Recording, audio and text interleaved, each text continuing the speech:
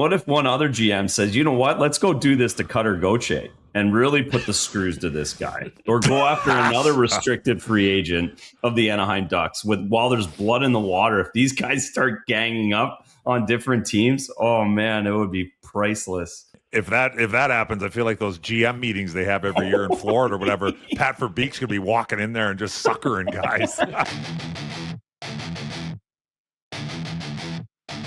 Clearing the crease. Oh. Clearing the crease. Hey, hey,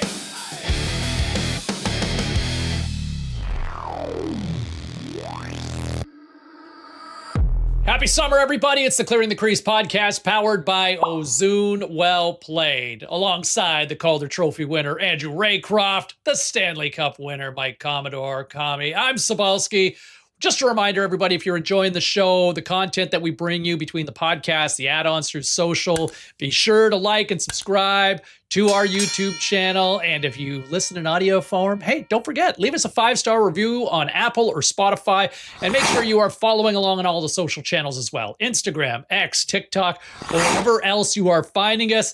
Look who's back on the north side of the border. Razor's back home. He's in Bell Vegas. Razor, looking good, buddy. Is this the room that your parents have left you after all these years? No, this is like the spare room. They put me in like the back of the basement. There's nothing left of what I ever did anywhere near this house. So, nothing? Yeah, my road trips continue, man. I've put so many miles on my car in the last 2 weeks. Last episode, I was in Portland, Maine. I drove through the mountains, got to Belleville, got to Toronto. So here I am for a couple weeks living out of a suitcase in Bell Vegas. And look who's got a plaid shirt on. Oh, you know what that means. That's that time of year again, fellas. The Calgary Stampede. Every year I tell myself, for probably the last, probably since I turned 40 at least, probably 35, I'm like, man, I got to take a year off of this Stampede. And I'll tell you what, the streak's still alive. I got traded here in 2003. So the summer of 2003 was my first Stampede. And I haven't missed one since. Now, there have been, my days of running hot 8 out of 10 nights. Those days don't happen anymore. Now it's a couple, but I got off to a good start last night at the old Cowboys poker tournament. Ran into, who did we run into? Brad Trilliving, Brian Burke, the new Hall of Famer, was there. Brian always comes back here. Yeah, I legitimately think Brian Burke he had a really good time here in Calgary. He makes the effort to come back. Anyways, Conroy was there. So, yeah, there was a few guys, had a few drinks, spent some cash, made it to the final table, got a little too hammered, and got boosted out. 6th place finish, no money. I don't know what I was doing on that final table. It's a little foggy towards the end of the evening, but it was a good day. And then, today got up. I'm like we were talking before we started, I am exhausted right now. I grew up in the city. I am not a rancher or a farmer or a cowboy of any sort. But this morning I was up at 5:30 to get to the rink by 6:30. And the Flames, it was the Calgary Stampede Parade. And once again, I said, yes, it's another thing. Last year, I remember I said, I'm never doing this again. Once again, what am I doing? I'm on the back of a horse. So horseback, I've ridden a horse 3 times in my life. 3 Stampede parades, and it's not getting any easier. I'll never ride a horse again. I did it once, worst half an hour of my life. I hated it up there. Every single second. This horse can do whatever it wants. I'll never get on a horse ever again. Never. Again, really? That bad? No, it's horrible. Worst feeling ever. You're up so high. The thing could kick. You could do it. No way. No. It's hard on your knees, groins. Not fun. It was pretty hot out. I was like, why don't I just walk? The horse is doing the same thing I could do. We used to go in the Ottawa Valley, they'd have, happy trails, and you could go rent a horse for an hour and go for a ride, and you could just all this acreage. So we did it back, but I hadn't done it in 30 years. We got a relative up and around the Caribou now, in Williams Lake. Every once in a while we'll get on, and at this, I don't know if it's just this stage of my life, I'm just mindful that shit's going to hurt when you fall or whatever you do. But it's you get on there and it's I do not feel safe. I'm going to fall. Just turn into a giant worry ward on these things. And it seems so cool when the Lone Ranger did it. Yeah. I tell you what, you get a whole new you get a whole new respect, or at least I do, and I'm sure it goes for most people. You know, I get off the horse. I was on the horse for 4.5 hours today. I mean, the horse was like, I was yanking on, like, it's just walking, right? Obviously, I'm not galloping down 9th Ave. So the horse is just walking. That's it. But it's, 4.5 hours in a saddle when you don't do it is a long time. You get a whole new respect when you go to the rodeo. Like, I'll go to the rodeo on Sunday, and you see these guys flying around on these things and like the bareback racing and stuff. Like, these guys are they're nuts. They're absolutely nuts. Oh, there's no question. Yeah, I was on a trained horse that basically is like the tamest thing ever, and it beats me up. These guys are on like wild animals. Let alone a bull. Yeah. Oh, you really, truly appreciate the strength and the power of those animals, though, when you're up close or you're sitting on them, right? Like, they could do whatever they really want to. Absolutely. If they're in the mood.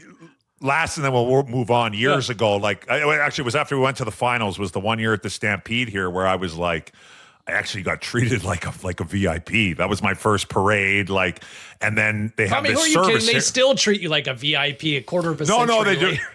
There's no question they do, like around town, but like the actual Calgary Stampede people. So like if you're like part of the rodeo or like a VIP, like you get a card and there's like, if you were to go around, like they have Denali's and Escalades that are driving around, says Stampede on the side.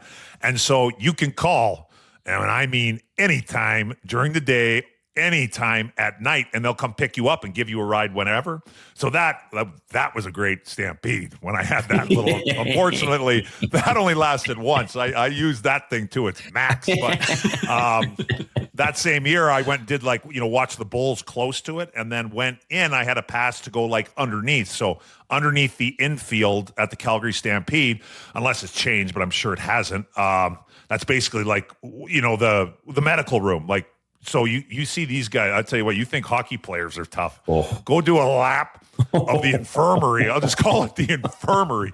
Go do a lap there during the Calgary Stampede. And I mean, you see guys, I was walking around, I'm like, oh my God. And these guys, like, let's say there's, the Stampede starts today. So there'll be a guy like riding a bull today. So let's say he qualifies for the finals, which is on next Sunday. I just figured like, hey, awesome. So, you hang around for the week. I don't know any better. No, these guys are in their truck driving down to Idaho because there's another like rodeo down there on like Tuesday and then driving back. These guys are insane. Anyway, nuts. Yeah, people that say hockey players are tough. Go to be a wired rodeo. differently. Hey, just real quickly with the Calgary Flames, and because you're in Calgary right now, I don't know if you've paid much attention, but are people like ready to build a statue for Jake Middleton after kind of waving the Canadian flag this week? I did see that. Yeah, his name came up. People were pumped. Yeah. What a way to win yourself over with the fan base, Jake Middleton. Wow, good start. Yeah, guys should start taking notes on that. It doesn't take much right now. You get traded to Canada, come in there. I love it here. Yeah, that's all they need. Yeah, you get you what they want to hear. How to make friends quickly. Okay, hey, just a reminder, everybody: the Clearing the Crease podcast is powered by Ozoon.com, the clearest route to winning big. Hey, just got to play on Ozoon.com because Ozoon's got you covered for all the props, the game lines, futures, whether it's on the ice, on the pitch, the diamond, the gridiron, you name it. Make your power play and score big with Ozoon. Well played. Okay, as we record this, the shock and eye moment of the week. And finally, because, man, that Canada Day was a dud when it came to free agency. But how about this? The Philadelphia Flyers tendering a 5-year, $90 million offer sheet to Ducks star Leo Carlsson. So this comes down on Friday. The Ducks have a week. They're on the clock. They got a week to match. And if they don't, they get 4 first-rounders from the Flyers as compensation. You're looking at an $18 million AAV, which makes Carlson the highest paid player in the league if this all goes down. And he's coming off a season in which he had 67 points. Yes, 6-7. What a time to be alive. And this is the second offer sheet to be done this week. Razor, let's start with you on this one. How do we feel about the most aggressive flex or the line in the sand by a GM that we have seen maybe ever? Well, what I love about it is it's so personal because the Anaheim Ducks got Cutter Gauthier, and Cutter Gauthier didn't want to play for the Flyers, and Danny that's right. Briere and Keith Jones have not forgotten about that. They are absolutely sour about it, and they said, you know what, Cutter? You want to get paid a lot of money out there? Well, we're going to make Anaheim give all of that money that you want to Leo Carlson. And now you're going to have to sit there and hold out for money that you're not going to get. And you're not going to get in Philly. And now we're going to screw your team over in Anaheim. I love the pettiness. I love the personal nature of it.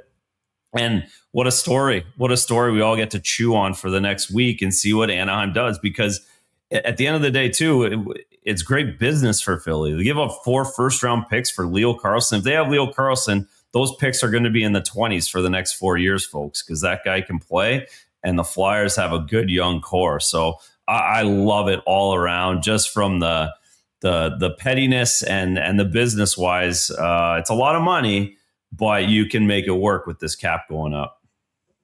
I never even thought of that Cutter Gauthier angle. That's good thinking there. Yeah. That didn't cross my mind. I kind of forgot about that. So yeah, 100% that was going through their mind when they were doing it.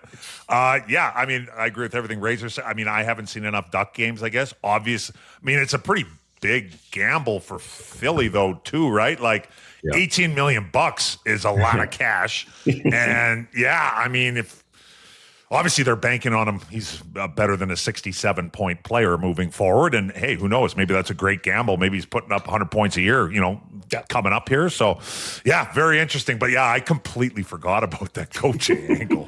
Oh, I do like that. That's great. Just the here's a shitburger right back at you.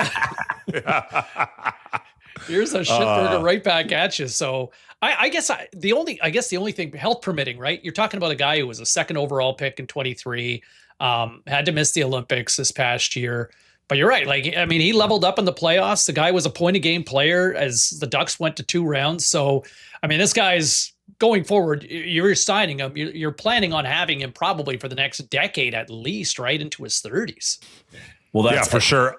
Go ahead. Sorry, Ray. No, it's just hard to imagine Anaheim not matching. Like, it just puts Anaheim in such a bad spot because he has such upside. He's already kind of there. If you don't sign him, and he does have a Hall of Fame career, it's a terrible move by Anaheim. So I think the Flyers really just back them into a corner salary cap wise for everybody else going forward. Because I can't imagine Anaheim sitting there saying, we're going to let him go for 4 first-round picks.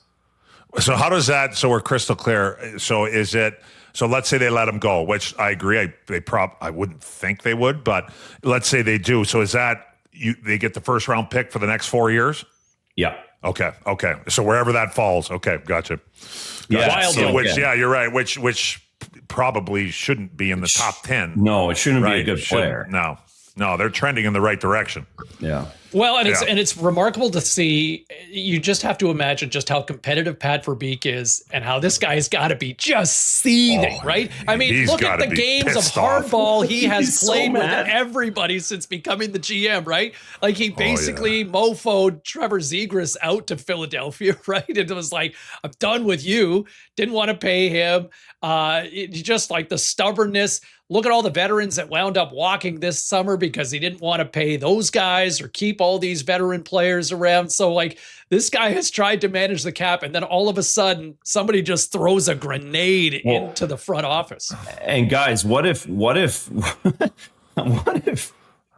other GM says, you know what, let's go do this to Cutter Gauthier and really put the screws to this guy, or go after another restricted free agent of the Anaheim Ducks while there's blood in the water. If these guys start ganging up on different teams, oh man, it would be priceless. This is orange on orange violence, right? The only two teams that wear orange. If that happens, I feel like those GM meetings they have every year in Florida or whatever, Pat Verbeek's gonna be walking in there and just suckering guys. He's gonna be pissed. He's gonna be bringing his old Sherwood wood stick in there with him, just whacking people over the head with it. Well, Commie, you mentioned Brian Burke already on this show, but that reminds me of a story of, I think Brian Burke and Kevin Lowe had a real beef there for years. And I think Brian talked about challenging Kevin Lowe to a fight in the back of a barn or inside a barn. Yeah, that was Anaheim too. There you go. I think it was. Yeah, you're right. yeah, It was it was Edmonton. Edmonton. Yeah. Yeah. Was that the Penner thing? Yeah, exactly. Like it was Dustin on the Penner, right? Yeah. Was it? Yeah, it was Dustin something to do Penner. with that. Yeah, And they were Dustin pissed Penner. about Pancakes. Pronger and the whole thing. It was great. That's right. Here we That's go. right. Oh, Why does it yeah. all come back to Anaheim? Who knew it was such a violent Yeah. place? That's it. Oh, wow. Okay, so let's see how this unfolds over the next week. Meantime, how about like over the last few months, guys? We were in Toronto 2 months ago, right before Chayka and Sundin were being unveiled, and man, temperatures were running hot in Leafs Nation. But you know, John Chayka over the last few weeks has done a pretty tidy piece of business. Look, he inherited the first overall pick, which worked out pretty well with Gavin McKenna. But look at this, what they've done, like adding Sergei Bobrovsky, Colton Sissons, Teddy Bluger, Jack Roslovic, Nick Paul, Zach McEwen. Look, they got deeper, they got heavier.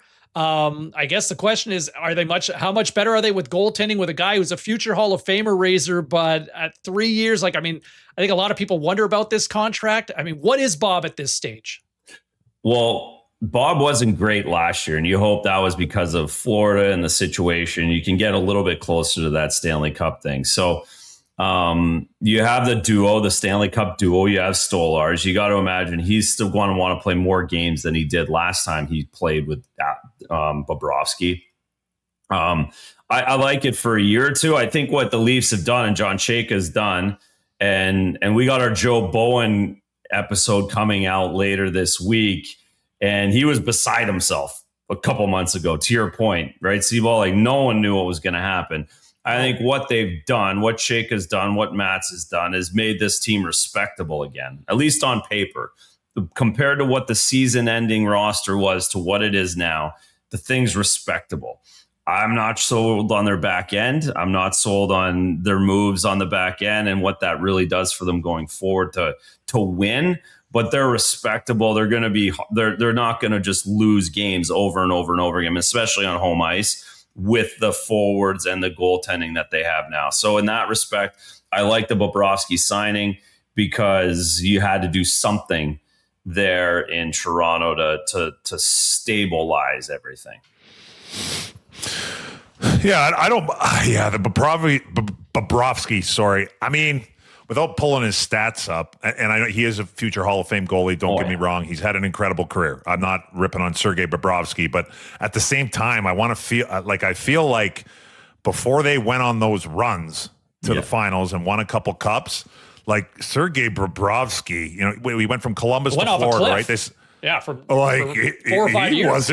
He wasn't great at all. Nope. Like, and then that happened, and he played great in the playoffs, and he so it's all worked out, and Florida's happy. But yeah, I don't know. I mean, I agree. I think Toronto had to do something, so I don't hate it in that regard at all. But I don't know. I'm not totally sold. We're not picking them to win the how it Eastern works. Conference, is what we're saying, right, Commie? Yeah, It's not putting them over the top in that respect. Commie, we are seeing this is a Russian not going to Florida or New York, so that's a change. That's true. Maybe Russians love Toronto now. There you go. Maybe they're switching it up. Yeah, you know what? While we have a moment just on the Leafs, there's still a lot of speculation about trading a guy like Morgan Riley. It's going to give Morgan Riley some love here for, I think, a lot of people waiting. Oh, what's the trade going to look like? Here's a guy who's been with that organization close to 15 years, right? Coming up on almost 1,000 games in the National Hockey League, and to do that all in Toronto, to go through the really lousy times before they kind of broke on through, a guy who always seems to play bigger in the playoffs. I don't know, man. Like, at times it feels like Morgan Riley grossly underappreciated sometimes in the moment. And Razor, as a guy who's played in that market, that's not an easy feat to do, to get 14 years or a decade and a half to play in that market. No, he's getting the Brian McCabe treatment or the Larry Murphy treatment now, where he's just been there too long and it's just easy to go to him every time. Yeah. Instead of changing, now it's just him all the time. Like, Caber was the same way. The greatest teammate, loved being a Leaf, would do anything. We had Tiger Williams on talking about winning for the crest. Like, Riley and McCabe, these are the guys that do that, but they also somehow become the whipping boys from the fans. And that's what's hard to explain about the Toronto market, but that's exactly where Riley's at. And you know, he's going to be like, you know, if he does go somewhere else, it'll be a Darnell Nurse situation where he's probably going to feel pretty good about it when he gets the hell out. Okay, Commie, I got to throw this over to you now with the Oilers because that's a perfect segue.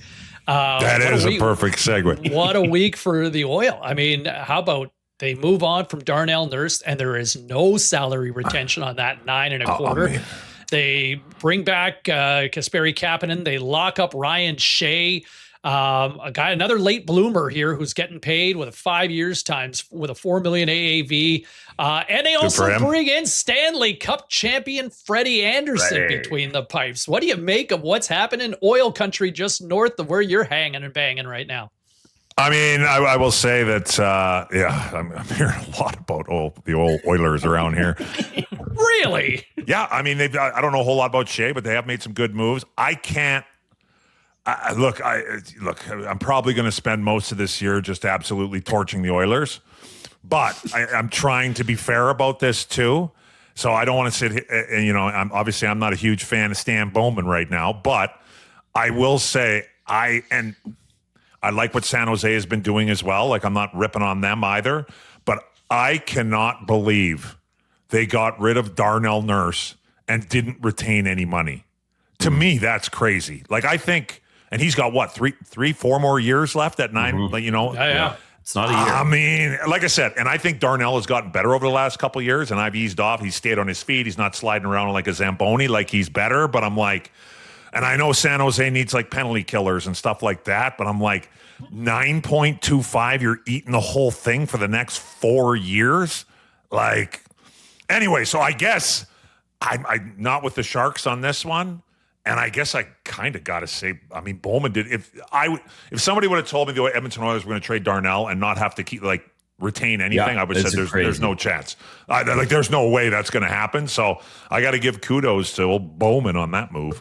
Yeah, and good for Darnell too. To be honest, it'll be so much better for him there. Like he'll be a better player. He really will. Yeah, good for maybe Darnell. Not for 9, but he'll be a better player. Right. Yeah. Hey, you know what? Like I said, I've ripped on him, but he has gotten better. Hey, look, at the end of the day, friend of the show, Ken Holland, Darnell didn't walk into Ken's office with a mask on and a gun and hold him up for, they gave for it to 8 him. years. They gave it to him, right? So it's so good for him. So I would think kind of a little bit like the Riley thing, he's been sitting in Edmonton. He's taken some grenades and deservedly so, sometimes for sure. So I'm thinking, go to San Jose, you'll be able to go to the grocery store there, Darnell, and it don't matter if you're -5 that night. Nobody's going to be telling you you're shitty as you're trying to buy a steak or something. So it'll probably be a nice change for him too. Yeah, I think it's a fresh start. It's a tidy piece of business for what Oilers management has done, and especially given the PR backlash that they have dealt with. Just on a side note, Commie, we were kind of chatting about this, and I didn't want to go down all of it. Don't leave it in the green room, as we like to say sometimes. But what has been the reaction? What's it been like for you, just personally? You're in Alberta again here. I mean, I'll say this: even I'm a middle-aged dude. And so it's not like I am a high desirable follow on social media like Instagram at this stage of my life. And yet, man, I'm picking up a ton of followers through our podcast there lately. So Dudes, I can only imagine what you're getting. Dudes. Of course. Oh. Yep. Oh yeah. Yes. Oh, yes. if you my look wife at appreciates that. Yes. Like it's on the Instagram thing, and you can kind of click on the insights, and it breaks it down to where your followers, where they live, and what gender they are. Well, I'm not creeping that much. Oh, well, yeah, it breaks it down like a whole bunch. Yeah. It's actually kind of interesting, and I've only looked a couple times. Yeah. Last time I looked, I'm clicking at, I got 30,000 followers. It's 98.6% dudes. Yeah. I'm also getting word for all of our followers here that continue to enjoy the show and love following Commie on the various social media channels. Our producer, Stu Stone, says Commie will be starting an OnlyFans site very soon. That's a good way to lose all my followers. He's a man's man, people. He's a man's man. There's okay. nobody that wants to see that. I want to hit this one, but I was reminded of, there's a great video that I've seen a million times pop up on social media of these two dogs. I don't know if you guys have ever seen this before. Two dogs that are separate, and these are like German Shepherd, like a Doberman, like two vicious, powerful, strong type attack dogs, and they're separated by a fence, and they are barking at each other, foaming at the mouth, ready to basically like, I'll kill you. And the fence slowly opens up, and when it opens, these two dogs that are screaming at each other just basically smell each other and kind of, hey, what's up? And this kind of reminded me of what just happened in Columbus this week with Zach Werenski and Don Waddell. What happened here? Like, everybody was like, had the knives out, the guns out, and all of a sudden people are standing at Razor, and everybody just come to their senses here. Like, what happened? I am so confused and was so confused with the statements that were coming out left and right. They're just flying out the doors. Like, I don't want to be here. Now I want to be here. I love it here. I'm going to win here. I don't know. I mean, it feels like the toothpaste out of the tube there. I don't know how you put it all back. I don't know how that goes away.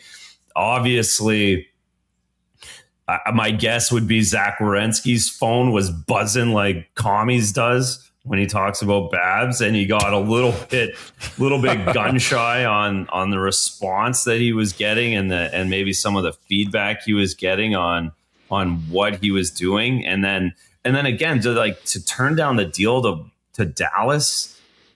Did that really at Harley? Like, Dallas is in a bad spot now. I guess at the end of the day, I don't understand. I have no idea. I have no insight. I'm it's confusing is the best way for me to put it. I'm very confused, and there's no way I would predict that he's staying or going at this point. It feels like all the cards are on the table. It is confusing. Like you guys know, I spent I left on Monday night, and I drove from Arizona to up here to Calgary. So all of July 1st, I was on the road or whatever. So I was listening to NHL radio. I actually felt bad for those guys because they're sitting there and they just they're like, Werenski. And Werenski ain't going anywhere. Nothing happened. So I kind of felt bad for him. So I was kind of laughing about that a little bit. It is weird. And like I said, who knows what's true, I guess. But I mean, who says no to Dallas? I mean, that's good. No kidding. Like, that's kind of, I don't right? get it. Like, I don't get. That's the biggest team, confusing part for me is that great market, a contender, everything tax free. Yeah, like Dallas is awesome. I mean, I would assume most guys, if you had them just pick their top 5 places to go. I would assume for the Dallas has been in there for a long time. So anyways, like I said, who knows what's true, but it definitely weird. I mean, this whole offseason might turn into the offseason of feelings and emotions, right? Like, all these players might have to go watch Disney's Inside Out, and just Jason Robertson, speaking of the Stars, he said no to a reported $120 million deal in Seattle. Right? Like, boy, it's not like Seattle's a bad place to be, right? Like, there's a team, a great market, and, but for whatever reason, people just do not seem to want to go there as a relatively new franchise, and just haven't had the success that Vegas, but whatever the case, they're trying, and they still continue to get rejected. I do want to hit the fact that we didn't get a chance to touch on it last week, but the Hall of Fame class of 2026, Razor, I'd be remiss if I didn't get a chance to give you a chance to give flowers to one guy in particular, but the class includes Brian Burke, who we just mentioned, Carey Price, Cindy Gurley, Keith Tkachuk, and Patrice Bergeron, Razor. The most perfect human on the planet, the most perfect human that's ever played the game of hockey, or at least since John Beliveau. I mean, it's... it couldn't go to a better person, a better player. Of course, what he did for the Bruins, and the 6 Selkies, and how he played through the playoffs with punctured lung in Game 6 of the Stanley Cup Finals. Like, just the absolute epitome. But of course, we were roommates for a few years at the start of his career. So I never thought he was going to be a Hall of Famer when he was a 2nd round pick, and we were ordering pizza because we didn't want to go out to dinner. We just wanted to sleep at 18 years old. But you always knew he was a great person, and he just worked so hard. So of all the guys that could be deserving, it's him. And Razor, and he had a pretty thick French accent from what I remember. Like, he was couldn't coming speak. in, and you don't hear it anymore. No, he was so self-conscious. Like, he barely spoke to anybody anybody. And you know, I was one of the few.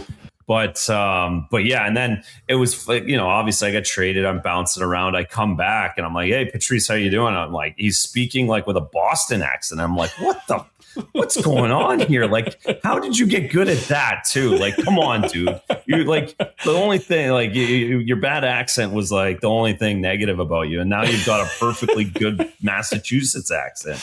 The guy's unbelievable.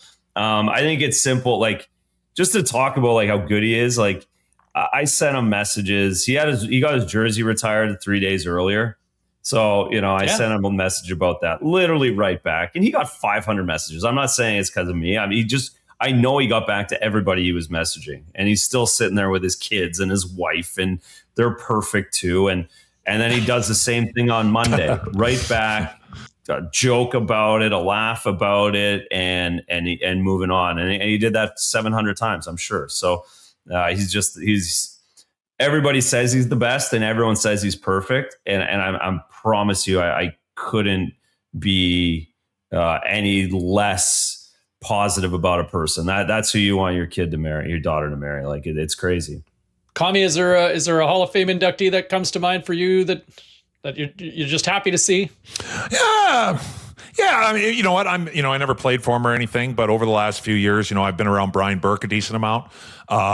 So, you know, I definitely, as soon as I saw him last night, you know, I wanted to make a point of going over there and congratulating him. And anyways, I think Brian's a good dude. Like I said, I never played for him, but he seems like, you know what? I would say, from some of the stuff you would get, like his clips, you know, and he was a very quotable guy. Mm-hmm. You know, I wasn't sure about him because that's all I saw. And I'm like, man, some of this seems a little bit rude. And then I met the guy and I'm like, man, this guy's awesome. Like, he's great. So very happy for him. Kachuk's been waiting a long time. Good for him. Carey Price, obviously incredible career.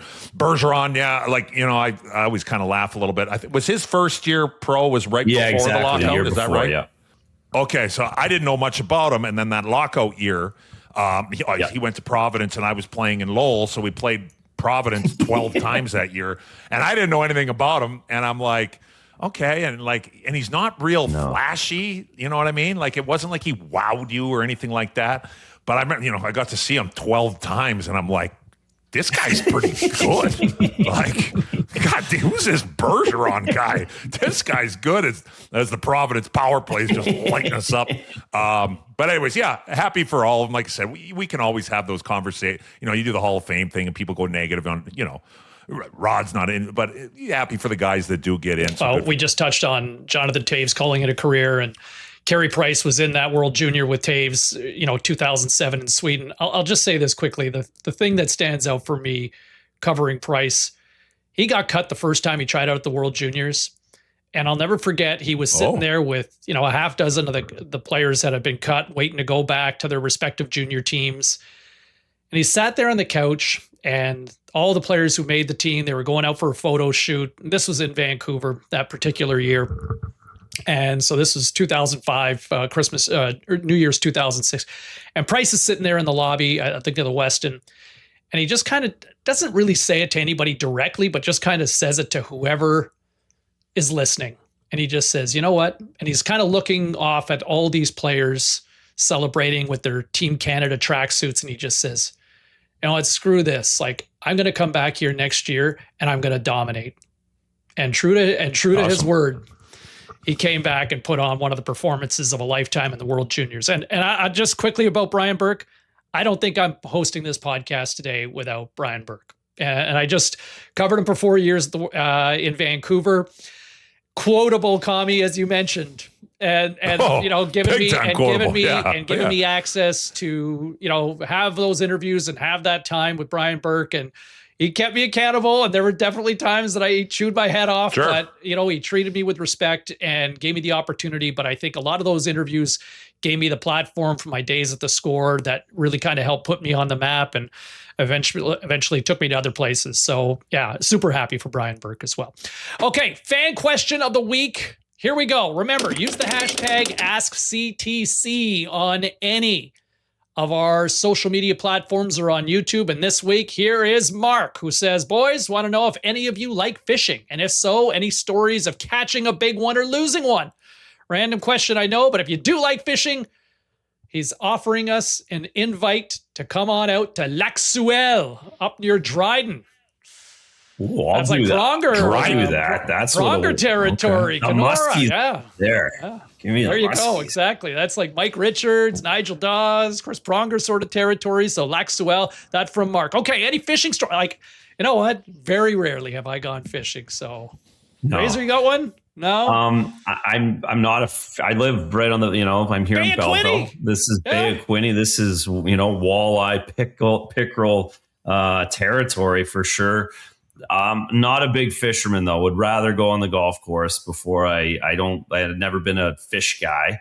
But my fish story or somewhat of a story around it is we ended up, you could probably find it on YouTube. I went on a fishing trip. I like to do a TV show with Mike Fisher and Chris Neal in like 2003 and 4, somewhere in there, down to the Cayman Islands. They put us up like, we were in a condo all week. Wow. We went bone fishing. We went out tarpon fishing. I had no idea what I was doing. These two meatheads, Fish and Neil, are just going crazy about every fish in the ocean.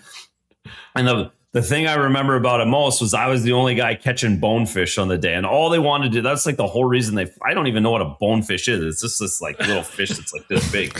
They're hard to catch. You're on the beach. You're kind of, and those guys got skunked and I caught a few. And then what I remember the most, we missed our flight, our connector in Atlanta. And we were there for like 2 extra days because these idiots wouldn't not get their meals. So we had to miss our flight out of Atlanta came into Atlanta to Toronto. And I was in Atlanta for like 3 extra days with these idiots. So that's what I remember about my fish story. That's amazing. Funny. My fish story. So I will say how do I start this? I used to hate it. I tried too. So I tried like the deep sea fishing. I was out in Dana Point, skunked. These are the ones that come to mind. I went ice fishing when I was in college in Devil's Lake, North Dakota, skunked.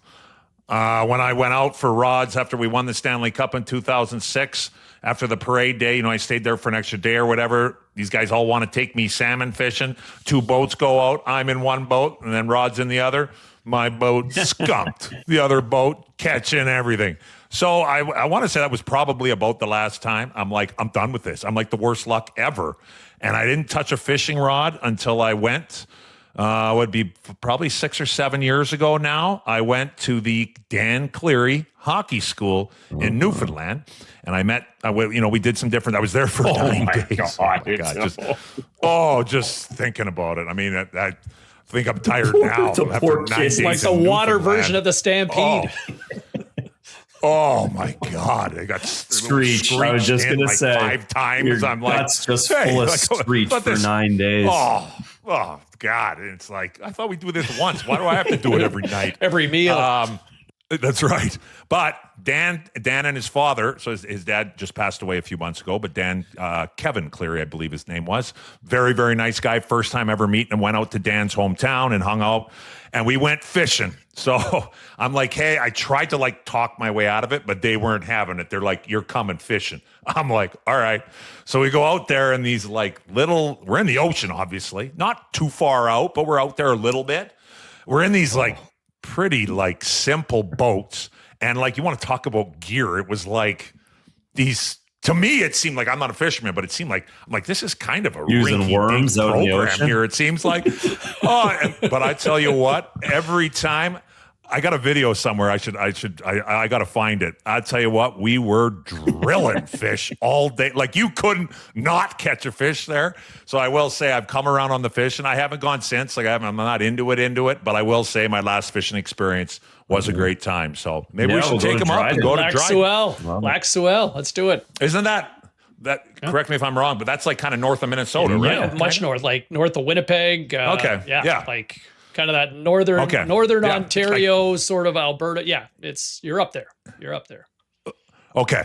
Yeah, it's not International Falls, right? It'd be further north, probably. It must just be. Looking Anyways, on the map. I'm looking on the map, and look. it's kind of it's like north of Dryden, north of Sioux Lookout, north of Frenchman's Head, Vermilion Bay. Yeah, it's up there. Jeez Louise. Just Okay. just east of just a Good little fishing. northeast of Winnipeg kind of thing. So you're up there. All right, okay. I've never been northeast of Winnipeg, that's for sure. Something new. So there you go, Mark. Be careful what you wish Yeah. for, because the Clearing the Crease boys are ready to come and Stu visit. loves We'll start content. fishing. Stu will have us doing something Here comes- crazy. yeah. on And those apparently, boats. and I'm sure Commie will figure out if there is a Northern Ontario, Eastern Manitoba screech at some point. So, okay, on to Don't Puck It Up. Gentlemen, let me kick this off for you here. No movement clauses. Look, there's been a lot of talk in recent weeks about no trade clauses, no movement clauses. And apparently it's now become an issue for the National Hockey League, according to some insiders. That being said, it's not going to be a hot button issue because, well, there's a new CBA in place that goes until 2030. But it does seem to be problematic these days. And here's the reality. I mean, according to Eric Macramella, who recently wrote an article on Forbes, about 250 players in the NHL have no movement deals. By comparison, Major League Baseball has 35, the NFL has 8, and the NBA, they got 2. Just 2. And here we are where the NHL offseason has been dominated by the NBA this summer. What was once a magical time and a great talking point for the NHL has suddenly morphed into a giant nothing burger. The NHL cannot afford to go 3 freaking months off the radar. They need to find a way to get the offseason cooking again. NHL players, NHL GMs, NHL agents, you puck this up, okay? It's not a don't puck it up, it's a you pucked it up. Get it right. I like it. I'll go. I'll be honest, guys. I was too focused on the horses, so I having to ride a horse. I don't have a don't puck it up, so I'm gonna wing this right on the spot.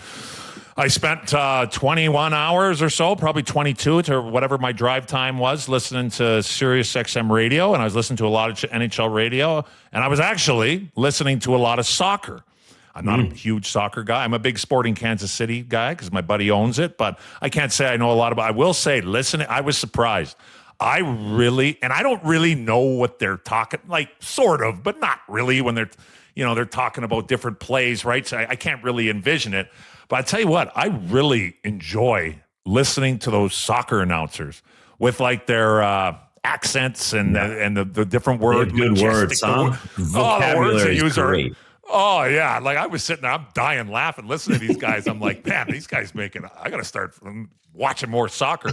But I'll keep it in the soccer world. I'll say I listen to a lot of games on my way up here. I'll say, how about a don't puck it up? I know it has been a smashing success so far for U.S. and Canada, right? They've never been this far, I think, both of them, something along those ways. I'll say, why not don't puck it up for both U.S. and Canada? Let's see if we can get one more win out of this. Yep. I'll go with that. I like one it. more. At least one more. One more. I think they're weekend. both capable. Yeah. They're both capable. Yeah. One more weekend. Sometimes just how understated the soccer announcers. Like the other night, Drake's sitting there in that Portugal-Croatia game. They're like, Drake is a hip-hop artist, has a bit of a following. It's like, the guy's got 150 million followers on Instagram. Like, half the world not just follows a that guy. footnote, right? It's like, apparently he's an entertainer. Anyway, Razor, your turn. Don't puck it up. Alex Ovechkin. He is back, folks. He is signed on for next year. $9 million next season for the big O. He did his signing on July 2nd as a free agent. He is 71 goals away.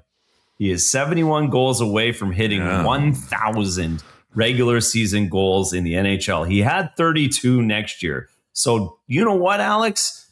Don't puck it up and go get 36 goals. So you have to come back and go get 35 the next year. Let's go get 30 goals again, Alex. You have a great team. Washington did a bunch of business.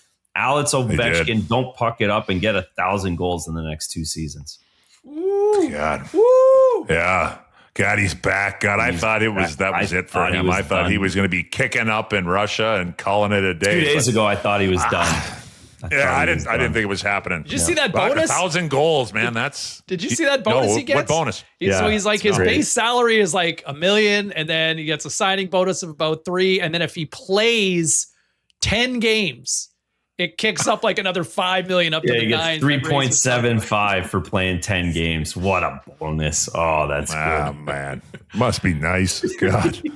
How many empty It netters must be nice. hey, does Ozune have the odds yet? Do we know how many empty netters that Ovi's good for this season? They're going to get Ozune, 45 get on it. wins. He's getting 30 empty netters. He's going to Oh, be 30? hunting those down. Oh. That might be the only time he plays. That might be part of the deal. He just Yeah. plays an empty net time. And just comes in for the empty netter, hop out Get there. All right, get bury out it. there. There you go. It's empty Yeah. net night. Okay, that'll bring this episode. Commie's got to get some sleep because there's more Stampede I action do. going. There's I dinner at the Razor household Yep, here that's in right. Bell Vegas. So just a reminder to like and subscribe on YouTube for more Clearing the Crease podcast content powered by Ozune.com. Follow along Apple, Spotify, X, Instagram, TikTok because Clearing the Crease is powered by Ozune.com. The clearest route to winning big is to play on Ozune.com. Because Ozune's got you covered for all props, game lines, futures, whether it's on the ice, the diamond, the pitch, the gridiron. Make your power play. Score big with Ozune. Well played. He's Commie. He's Razor. Our producer, Stu Stone. I'm Cball. We'll see you next time right here on the Clearing the Crease podcast powered by Ozune. Well played.